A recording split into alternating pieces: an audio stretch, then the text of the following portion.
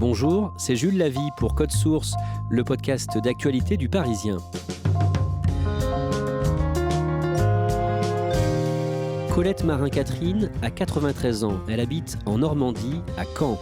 Résistante, elle a perdu l'un de ses frères pendant la guerre, Jean-Pierre, mort en déportation à l'âge de 19 ans. Colette a fait l'objet d'un reportage et fin avril, à Los Angeles, ce film a reçu l'Oscar du meilleur court-métrage documentaire. Le Parisien a raconté cette histoire le 26 avril et chez Code Source, on a voulu prendre le temps d'écouter Colette Marin-Catherine. Elle a accepté de recevoir Claudia Prolongeau. Le 15 mars dernier, toute l'équipe du film s'est réunie par écran interposé en attendant de savoir quels seraient, sur les 147 candidats, les 5 films sélectionnés pour les Oscars. Colette se le rappelle très bien. Figurez-vous que j'étais dans mon bureau, dans mon fauteuil, avec à côté de moi ma filleule, Leslie Coutts, et nous avions en vidéo toute l'équipe, comme ça. Ils étaient comme vous, comme moi, assises. Tout le monde attendait le résultat, mais bon, c'est comme si j'attendais le résultat du loto. Et tout d'un coup, je vois tout le groupe se lever de leur siège, fauteuil, machin, les bras en l'air. Alors j'étais toujours à mon fauteuil, je regarde, j'étais un petit peu stupéfaite, et je dis à Leslie, mais qu'est-ce qu'ils ont ? Elle dit, mais Colette, ils viennent d'être nominés.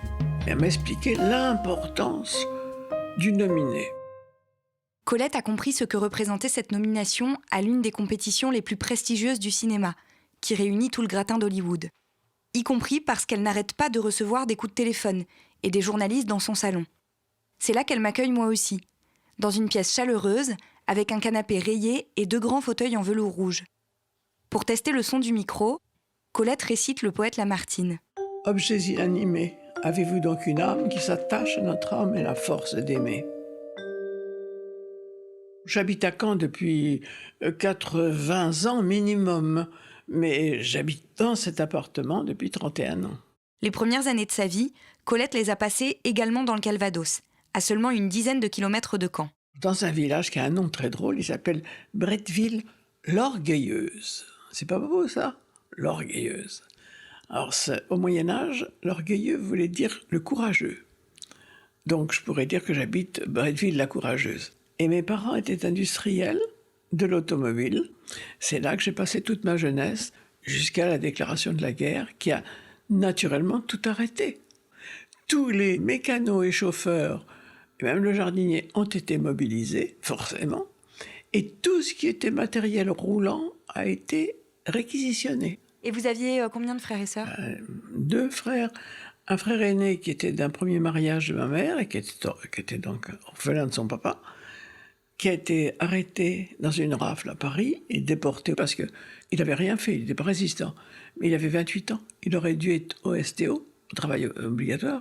Comme il n'y était pas, ils en ont profité pour l'envoyer en camp de déportation. Il en est revenu très malade et il est mort de sa déportation. Et mon plus jeune frère, c'était Jean-Pierre, celui qui est l'objet du film qui lui était résistant et qui a été arrêté à 17 ans. Et qui est mort au camp de Dora à 19. Colette n'était pas proche de ce frère-là, Jean-Pierre. Probablement déjà parce qu'ils avaient 3 ans d'écart, mais pas seulement, selon elle. C'est vrai que nous étions éloignés de par nos morphologies. Il était très grand, 1m80 à 17 ans. Et nos niveaux intellectuels, parce que mon frère avait un QI exceptionnel, il avait plus de 2 ans d'avance sur ses études. En dehors de ça, il faisait du football. Il faisait du tennis. Il était champion de natation de Normandie, en traversée de Caen, la nage, en plongeon de haut vol. Enfin, voilà. Moi, j'étais plutôt attardé. Imaginez un grand beau garçon de 17 ans, traînant par la main une petite sœur de 14, un peu boulotte, un peu timide, renfermée. Enfin non, il n'allait pas traîner ça dans la rue tous les jours quand même. Soyons logiques. Quand la guerre éclate, les parents de Colette choisissent tout de suite leur camp, par patriotisme. Mes parents étaient patriotiques dans le sang, politisés pas du tout. Ma mère, c'est pas que ça les différait, mais ça ne l'intéressait pas du tout. Mais la France, notre pays, alors là, on était tous d'accord. C'est donc presque tout naturellement que sa famille commence à résister. Nous avons été enrôlés par M. Raymond Triboulet, qui a été le premier préfet de France-Tibéré et ensuite ministre du général de Gaulle. M. Triboulet était d'une famille de patriotes. Nous nous connaissions. Il est probable que mes parents aient parlé ensemble de l'avenir de la France au moment de la montée du nazisme. Et mon frère, lui, il a été enrôlé par un de ses professeurs de mathématiques, d'ailleurs, parce que c'était un mathématicien né, Jean-Pierre, qui s'appelait le Front National de Libération. Nous n'étions pas dans les mêmes réseaux. Vous n'aimez pas l'expression « rentrer en résistance » ? C'est pas que j'aime pas l'expression.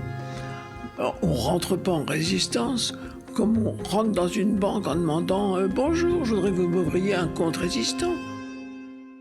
Un autre terme que n'aime pas Colette, c'est celui d'héroïque, avec lequel on décrit parfois ses actions à elle. Le travail que j'ai fait, moi, c'était du petit travail, je le dis et je le répète. Il y avait 2 marches pour rentrer dans notre propriété, qui existe toujours, à Bretteville-Orieuse, qui était très grande. Et au départ, on m'a demandé, j'étais toute jeune, n'est-ce pas ? N'oubliez pas, 39, je n'avais que 10 ans. On m'a dit, tu t'assois là, puis tu notes sur ton cahier d'écolière le numéro des camions allemands qui passaient vers Cherbourg. Numéro, les références. Alors, vous, dites-moi où il y a de l'héroïsme. C'est héroïque, ça ? Et vous aviez conscience de l'importance de ce que vous faisiez ? Oh, pas du tout. À 10 ans. J'étais très obéissante, simplement. Le 18 juin 1943, Jean-Pierre ne rentre pas à la maison. Alors on a commencé à s'inquiéter. On l'a cherché partout. Et quand on a découvert où il était, c'était qu'il était en prison. Après la prison, Jean-Pierre est envoyé au camp de Dora, un camp de concentration nazi, initialement créé pour faire fabriquer aux prisonniers des missiles. Jean-Pierre y meurt le 22 mars 1945, quelques mois avant la libération du camp par l'armée américaine. La mère de Colette, qui apprend la nouvelle, n'arrive pas à l'accepter. Pas eu de chance, ma mère, parce qu'en 1914, elle a perdu son papa, qui était officier de gendarmerie, et ses 2 frères, qui ont été tués à la guerre. Et à cette guerre-ci, ses 2 fils. C'est beaucoup pour la même femme. Alors, on parle toujours de faire son deuil. Elle n'a jamais fait son deuil. Quand on lui a annoncé la mort de Jean-Pierre, elle l'a pris très calmement, parce que c'était une femme d'une réserve extraordinaire. Et elle a compris, on lui a annoncé. Mais comme à ce moment-là, déjà, il y en avait qui rentraient beaucoup plus tard par Odessa, enfin c'était très compliqué, elle a quand même continué d'espérer très longtemps.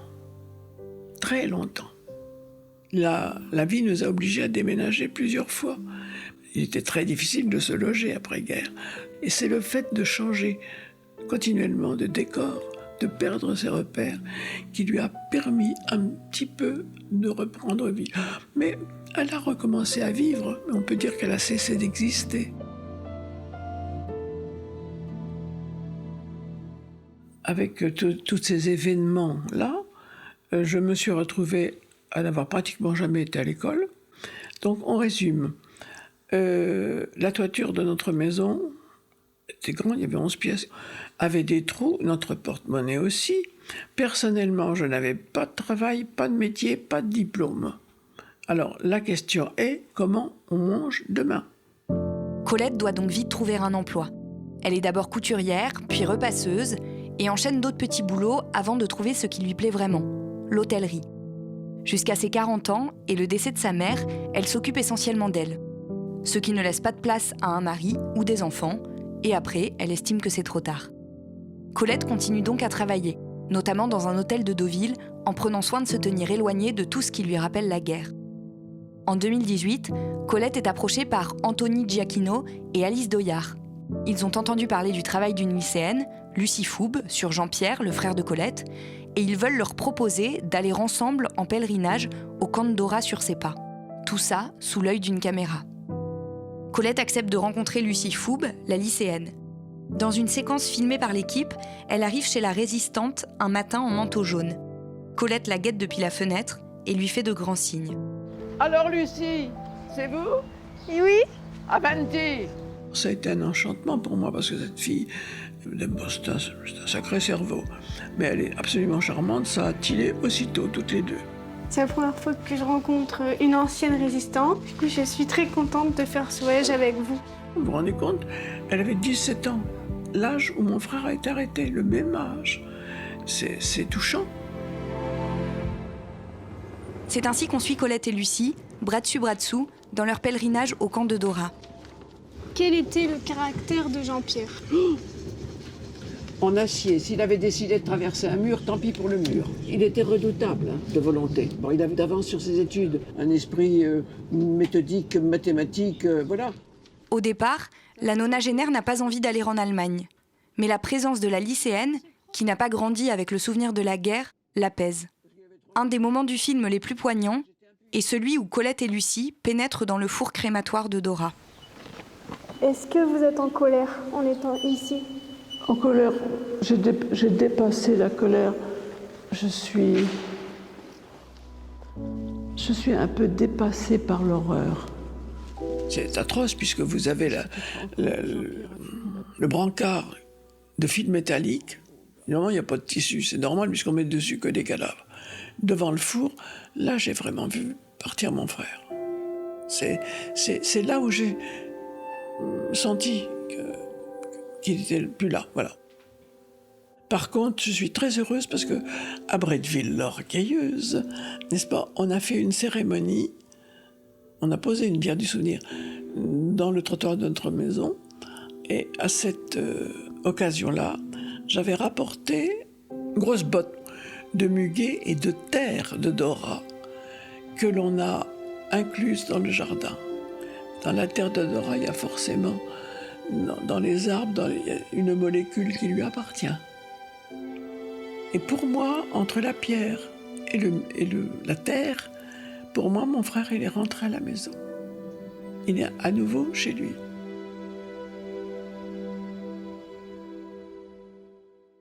Sur la table du salon, Colette a posé un livre de souvenirs avec les photos du tournage. Sur la couverture, on voit tous les membres de l'équipe. Alors la chemise bleue pâle, c'est Alice Donat. Ce monsieur-là, c'est Anthony. La petite Lucie est là. Ça, c'était le photographe. Ils étaient formidables. Bon, on voit bien les caméramans, vous voyez, ils sont tous là. Ils ont été d'un respect extraordinaire. Je n'avais pas du tout la sensation d'être suivi. Et jamais personne ne m'a dit « mettez-vous à droite, mettez-vous à gauche ». Non, jamais. Si j'avais pas eu autour de moi cette tendresse de tout le monde, même des garçons, même les tatoués, les grands forts, là, tout, j'aurais peut-être pas si bien tenu le coup. Ils sont devenus très importants dans ma vie. Si j'avais pas d'enfants, je vous prie de croire que j'ai hérité d'une famille, là. Et la nuit des Oscars, vous avez réussi à suivre en direct la cérémonie? Pas du tout. Ça devait être diffusé sur Canal, je sais pas quoi. Et c'est resté noir tout... voilà. Alors, c'est pas très grave, parce que moi, je me suis occupé d'autre chose. Il y avait de la lecture et tout ça. Mais rien du tout. Et l'Oscar du meilleur court-métrage documentaire est décerné à... Colette, Anthony Giacchino et Alice Doyard. Après l'annonce dans la nuit du 25 avril, qui est aussi le jour du 93e anniversaire de Colette, son téléphone se met à sonner en permanence. Depuis, il ne s'est plus arrêté. Ah, qu'on parle du film, oui, je suis ravi. Qu'on parle de moi, un peu moins. Mais du film, oui, je suis ravi. Toute l'après-midi, nous avons été à 3. Alors, Leslie, sur le portable, Hélène, une autre amie, sur le fixe, et moi sur l'ordinateur, toute la journée. L'ennui, c'est que depuis, ça continue, mais je suis toute seule. Et vous en avez marre? On ne peut pas avoir marre de ça. J'avoue être fatigué, oui, je reconnais que je suis très fatigué. Je ne regrette pas de l'avoir fait. La seule chose, c'est que actuellement, je ne vis pas en 2021. En plongeant continuellement dedans, je suis revenu à 1943. L'arrestation de Jean-Pierre, avec... on va dire toutes les séquelles morales, sentimentales ou psychologiques que ça peut entraîner. C'est comme ça. C'est le prix à payer pour qu'on parle de mon frère. Par contre, j'ai l'esprit beaucoup plus tranquille. Voilà, je ne me sens pas coupable que Jean-Pierre n'ait pas eu un bel enterrement avec des fleurs, tout ça. Il a eu tout, 75 ans après, mais il a eu tout. Plus que même s'il était mort de façon civile, il n'aurait pas eu les médias, il n'aurait pas eu tout ça. Il a eu ce auquel il avait droit.